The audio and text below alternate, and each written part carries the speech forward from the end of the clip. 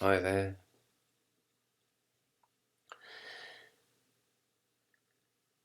I think the Church of Nowhere actually opens up an interesting discussion about what the definition of a religion is. But I suppose there's two types of religion in a way. There's like modern humanist religion, and then there's traditional metaphysically based religion, as it were. Because, there's two sides, and of course, metaphysics based religions obviously do have an ethical basis or an ethical code, if you like. So there's your ethics there, right there. And then you have your metaphysics, which is a belief in God or gods or some kind of spiritual dimension or things like that. So if you regularly pray to this God or do a daily ritual or weekly ritual to this God, then that's you regulate your life according to prayer and ritual and daily attendance of mass or some other kind of ritual, and you have a place of worship in which to do your rituals and meditations and prayers and whatever, but you could do them at home as well. That would be regular metaphysics. But then again, if you're going to look at, if you don't have that, if you're like the Church of Nowhere and you don't have a belief in God, so that's all crossed out there, then what you're left with is a humanist ethical basis. And if you regulate your life according to that, for example, you eat vegan food out of ethical consideration for the rights of animals, for example, and you consciously choose to go to work on a push bike rather than your car in order to reduce your carbon footprint on an individual basis, and you do it. Excuse me, paintbrush.app needs your attention.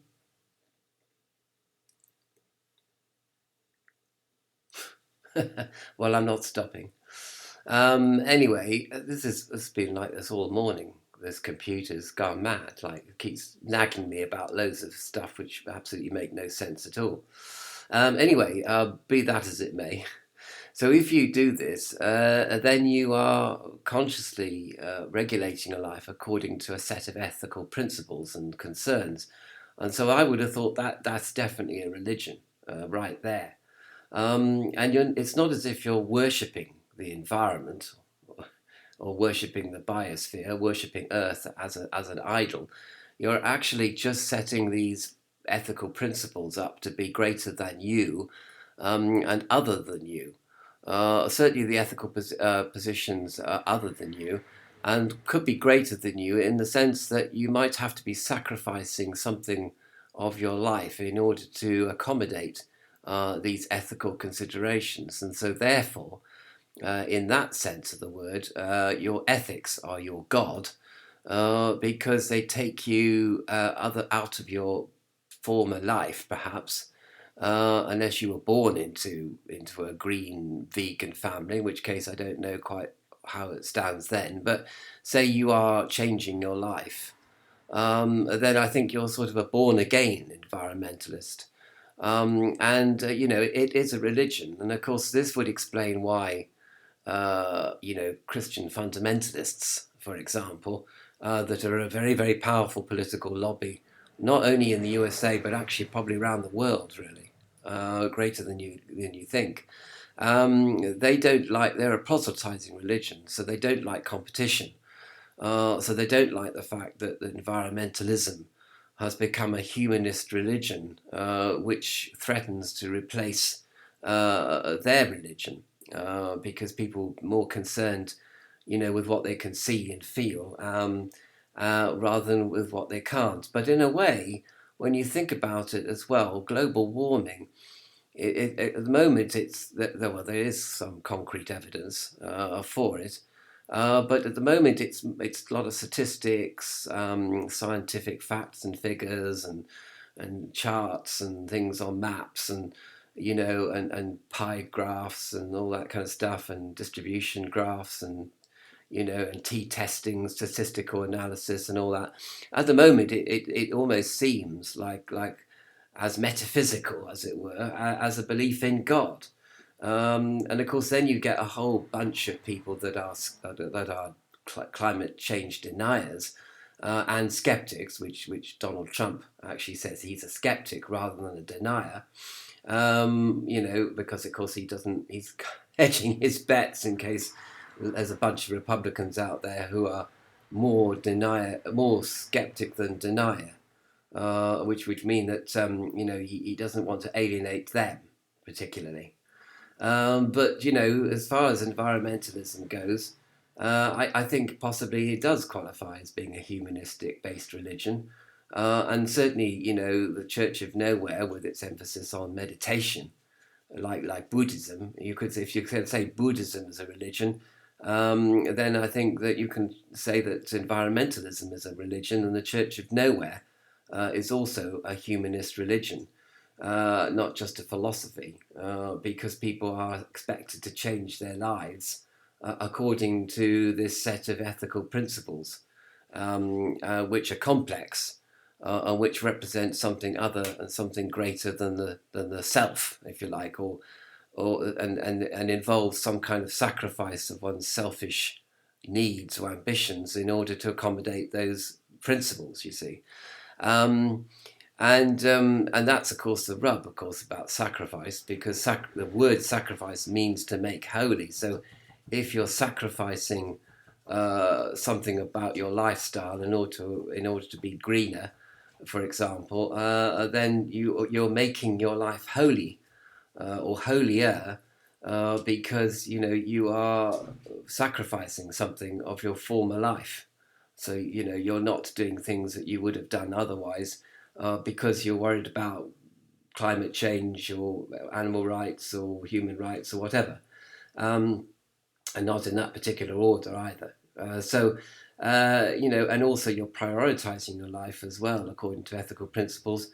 So certain things become important and other things become less important because they're nothing to do with the ethical basis on which you've decided to live your life. So indeed, environmentalism is a religion, really, which is why, unfortunately, not unfortunately, because people say atheism is a religion, which atheists deny categorically. So environmentalists could also say that we're not a religion, because the trouble is, you see, once you start saying that you're a religion, then you have beliefs, right? And then people don't really have to take those beliefs seriously. But if you have science behind you, and science is not a belief system, according to the scientists anyway, then it means that you have less validity somehow than people that believe in fairies at the bottom of the garden. Do you see what I mean? On the other hand, you do have the advantage of saying, this is my belief system, and I don't like living in a world which doesn't share my belief system, vis-a-vis global warming or something, and you have to accommodate my beliefs, and you have to respect my beliefs, but I don't necessarily have to respect your beliefs. Actually, I mean, I can proselytize away.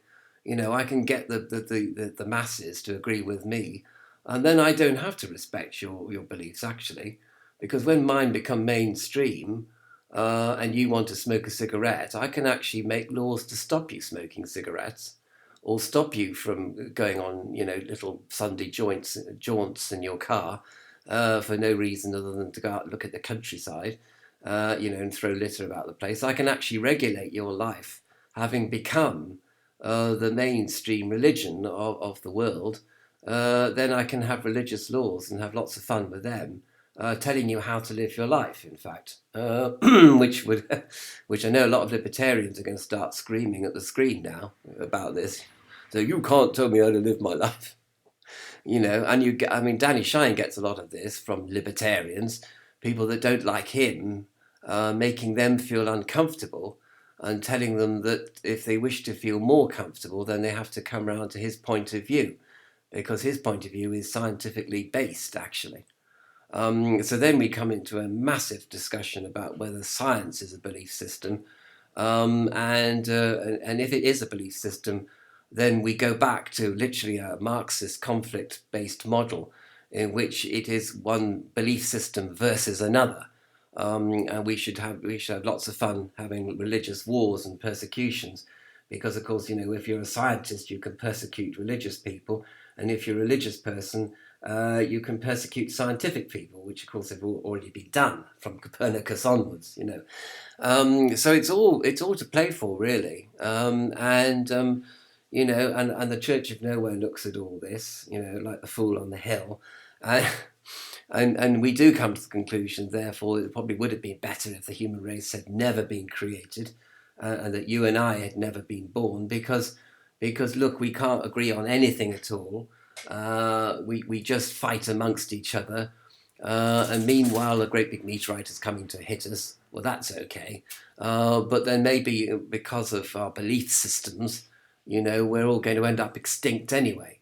But then perhaps, well, that's part of having a belief system as well, isn't it? That you actually make yourself, make your community, and make your whole planet become extinct as a result of various disagreements and even religious wars between one belief system and another.